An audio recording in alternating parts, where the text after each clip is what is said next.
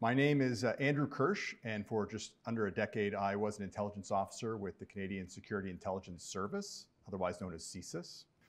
Now, if you think about when I joined 2005, 2006, the Toronto 18, the terror, the foiled terrorist plot in Toronto, the Via Rail attacks, we were very worried about domestic extremism. A few years later, Iraq and Syria, the Middle East sort of disintegrates a little bit.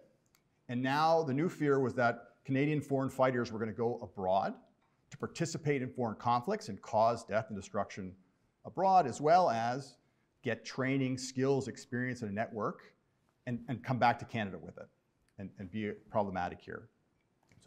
So now I'm a field investigator, and I say I'm in the coffee and conversation business. And I'm out knocking on doors 15, 20 minutes from where I live and where I grew up. We're not a clandestine service. It's called CSIS. We introduce ourselves as CSIS, and I knock on a door and I say, hello, my name is Andrew. I'm here from the Canadian Security Intelligence Service, and I need your help. I get a blank stare. I say, CSIS? CSIS, has anybody heard of CSIS? We're Canada spies. I say, oh, you're like the police, right? I say, no, not exactly. CSIS was created in 1984 by an act of parliament, and we are mandated, and go through the whole spiel. No one knows what it is. Every single time. I'm doing that, and I'm explaining exactly where I am, who I am, where I'm from, and what I'm interested in to strangers at their door. And that night, I'm going out on a date, I'm going out with friends, and I'm lying to everybody I know about where I work and what I'm doing. It's a very odd existence to be a domestic intelligence officer. Nothing ever works the way you intend it. And I can tell you my first job, I learned this lesson, my first job on training, special training for special operations. And my instructor, in much more colorful language than I'm going to give here in the Rotary Club, has said to me and our trainees, a small class, we are not going to mess with you on this course. We're not going to plant any artificial traps or make any tricks. We know that life has a way of happening. And when it does, we don't want you to think that it was us. That we don't, oh, that's unrealistic. Oh, that would never happen in real life. So real life's going to happen. We have faith in it. And we're going to just want you to know that's what we're doing. And we thought, okay, sure. But sure enough, my first training exercise, we are breaking into a condo. And the resident of the condo knew that we were using their unit for an exercise. But the neighbors didn't. The building didn't.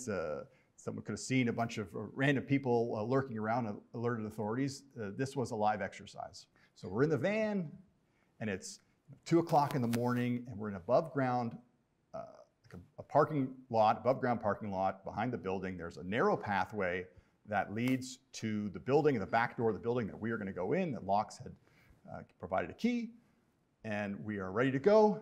Very excited. We're all dressed, and the pathway is maybe the width of a single person.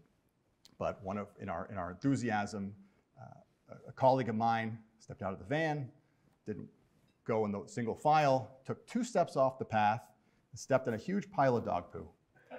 And we could not have planted it there if the guys had tried. They could not have said, no, we have a feeling he's going to stand right here. There is no way. But we learned that lesson.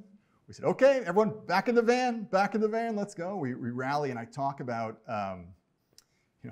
we say we have a plan, things happen, we stop, we communicate, make a new plan. So back in the plan, you take your shoe off because you obviously can't go into an apartment and leave that smell behind. You take his shoe off, you trade with the van driver, let's make sure no one saw that, and away we go, right back at it. This remote access has really changed the nature of the threat and the risk. The window of opportunity you need for remote access, you could hack someone on your lunch break. If your device is discovered, the probability of attribution is pretty low versus me in a hallway in a building. You better have a good cover story for that.